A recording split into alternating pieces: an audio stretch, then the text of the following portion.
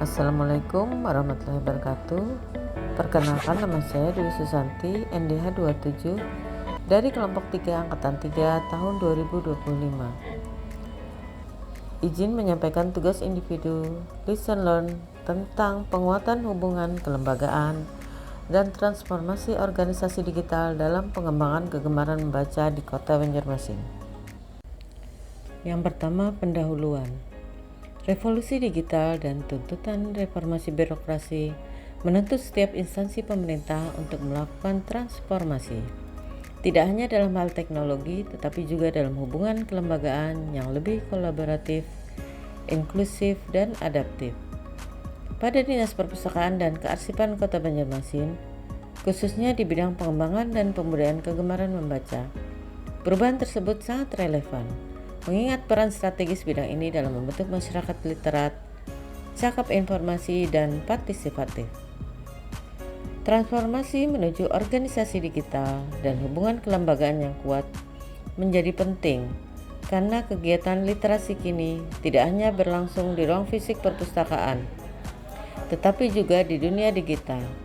Namun, dalam praktik pelaksanaannya terhadap tantangan, hambatan, sekaligus praktik baik yang dapat menjadi pelajaran penting dalam memperbaiki tata kelola kelembagaan dan transformasi digital ke depan. Yang berikutnya adalah identifikasi masalah. Selama pelaksanaan program literasi di Kota Banjarmasin, terdapat beberapa permasalahan yang menjadi pembelajaran utama. Yang pertama, hubungan kelembagaan belum optimal. Masih terdapat sekat-sekat struktural antar bidang dalam dinas, serta belum kuatnya jejaring eksternal dengan pihak sekolah, komunitas literasi, dan perangkat daerah lainnya. Yang kedua, transformasi digital belum terencana strategis. Digitalisasi layanan masih bersifat parsial dan belum terintegrasi ke dalam satu peta jalan atau roadmap pengembangan literasi digital. Yang berikutnya adalah kapasitas SDM dan anggaran belum mendukung.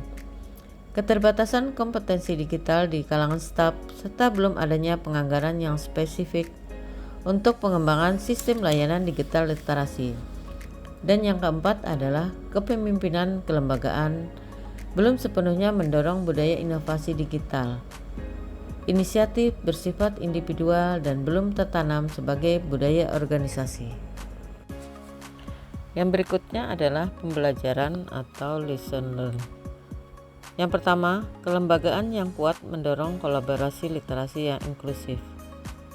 Kegiatan literasi seperti pojok baca kelurahan, literasi di sekolah, dan festival literasi hanya bisa terlaksana secara optimal jika terdapat koordinasi lintas sektor.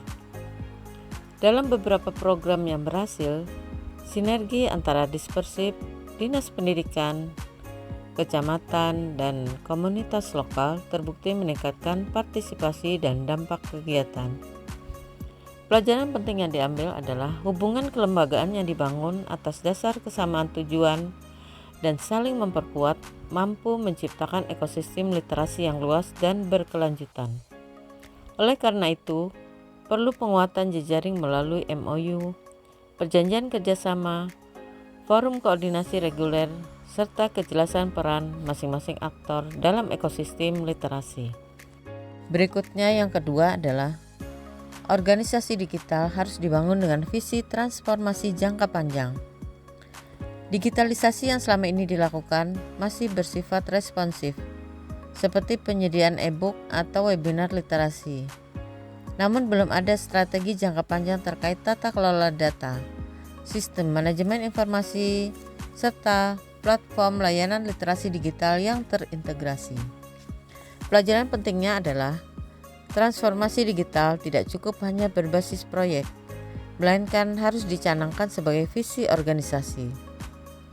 Diperlukan penyusunan roadmap organisasi digital literasi, investasi teknologi informasi yang tepat guna, dan sistem manajemen data yang terhubung antar unit dan mitra eksternal.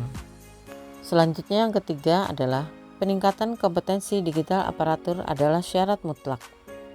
Masih banyak aparatur yang belum siap menghadapi transformasi digital.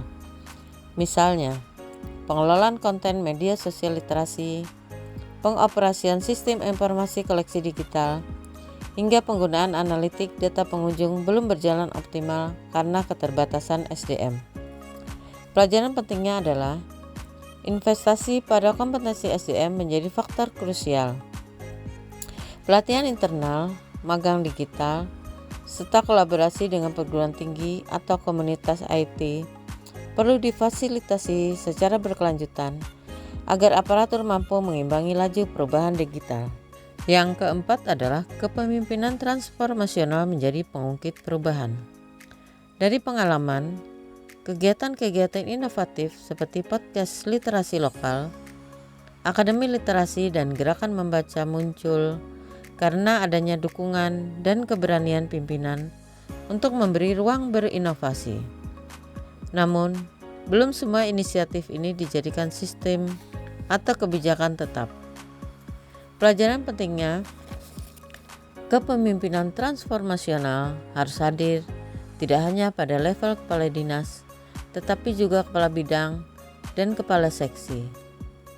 Budaya organisasi harus bergeser dari sekedar menjalankan tugas menjadi agen perubahan yang mendorong inovasi layanan publik. Selanjutnya yang terakhir yaitu kelima, perlu kebijakan dan dukungan anggaran yang konsisten. Salah satu penghambat digitalisasi dan penguatan kelembagaan adalah belum adanya regulasi internal yang menetapkan strategi pengembangan literasi digital serta alokasi anggaran yang berkelanjutan. Pelajaran pentingnya adalah keberlanjutan program tidak bisa bergantung pada inisiatif personal. Diperlukan regulasi pendukung seperti peraturan wali kota atau SK kepala dinas yang mengatur standar layanan digital, indikator kinerja literasi digital, serta nomenklatur program literasi digital dalam perencanaan dan penganggaran. Selanjutnya ke bagian 4 yaitu rekomendasi strategis. Berdasarkan pembelajaran di atas, maka beberapa rekomendasi yang dapat diambil adalah: yang pertama, membangun forum literasi terintegrasi antar instansi dan komunitas untuk memperkuat kelembagaan. Yang kedua, menyusun roadmap organisasi digital literasi dalam kerangka Renstra dan RPJMD. Yang ketiga adalah melaksanakan pelatihan rutin SDM digital berbasis kebutuhan bidang literasi. Selanjutnya yang keempat, mendorong budaya inovasi melalui reward system untuk ide dan praktik baik pegawai. Dan yang kelima adalah menetapkan regulasi dan alokasi anggaran khusus literasi digital sebagai bentuk komitmen kelembagaan. Berikutnya adalah penutup dari pembelajaran ini. Transformasi kelembagaan dan digitalisasi organisasi bukanlah pilihan, tetapi keniscayaan. Di tengah perubahan sosial dan teknologi yang cepat, Dinas Perpustakaan dan Kearsipan Kota Banjarmasin harus menjadi pelopor inovasi dalam bidang literasi. Dengan memperkuat hubungan kelembagaan, mengembangkan organisasi digital yang inklusif, dan mendorong kepemimpinan transformatif, pengembangan kegemaran membaca dapat mencapai sasaran yang lebih luas dan berkelanjutan. Demikian yang bisa kami sampaikan. Terima kasih atas perhatiannya. Wassalamualaikum warahmatullahi wabarakatuh.